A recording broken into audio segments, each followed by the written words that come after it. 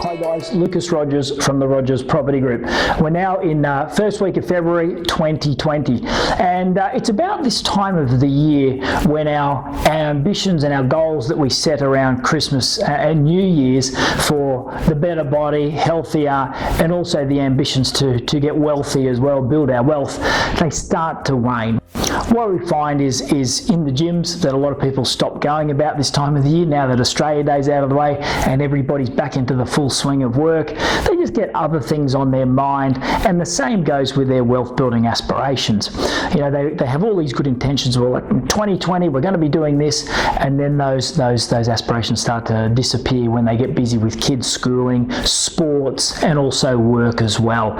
So guys, I encourage you to try and draw inspiration from somewhere, try and stay motivated to not only stay healthy, which is obviously very important to us, but to also build your wealth. And I put building wealth and saving tax on the same level as your health. It's a very, very important thing to be doing, because if you're not building wealth and saving tax, then you're going to be left behind later on down the track, especially when you go to retire, because there's, as everybody knows, there's becoming less and less taxpayers for every pensioner. So if you're going to be a person who's relying on that later in the future, then you're really going to struggle.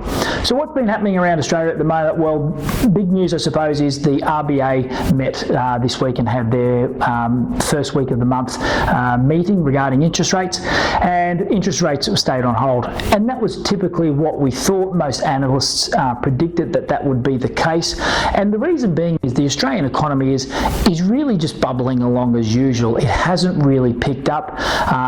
You know, unemployment's about the same. Job growth is picking up slightly, but it's still not at the levels that they want it to be at.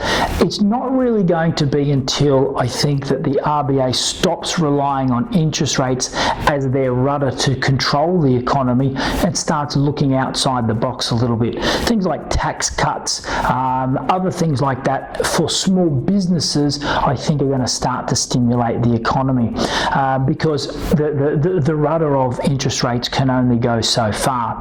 The problem with when they keep reducing interest rates is property prices keep growing as well, which is not what they want. So I think we're going to see some changes in policy over the next, say, 6 months. But at the moment, it's a fantastic time to be getting into property.